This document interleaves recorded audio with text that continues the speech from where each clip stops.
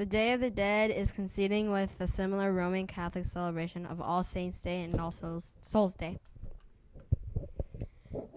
Every year in Mexico, people celebrate a holiday of their loved ones called Day of the Dead. One of the ways they celebrate is by making sugar skulls. The reason they make sugar skulls is to honor a deceased loved one. The festivities was planned for the children and the dead ancestors. The souls of the children return on November 1st, and the adult souls return on November 2nd. In the pre-Hispanic era, skulls were commonly kept as trophies, displayed during the rituals to symbolize death and rebirth. The Day of the Dead falls in the 9th month of the Aztec calendar. The festivities were dedicated to a goddess known as Lady of the Dead, corresponding with the modern name Katrina. Day of the Dead sounds a lot like Halloween, but the customs are much different. They have different feelings towards death. Families often go to the cemeteries to fix up their departed family's graves. They dress up because they believe that the dead rises up and become alive, so they dress up to disguise themselves from the dead.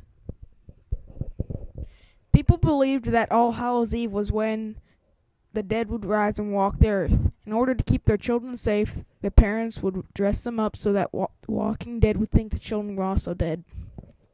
Day of the Dead is one of the pre-Hispanic beliefs and the Spanish Catholic beliefs. It is a holiday for remembering and honoring those who have passed away. It is also one of Mexico's most important holidays, which mean they have to invest a lot of time and money to celebrate this important holiday. Day of the Dead. During the Days of the Dead, families often take the opportunity to visit grave sites and pull weeds clean of any debris and decorate the graves of the loved ones.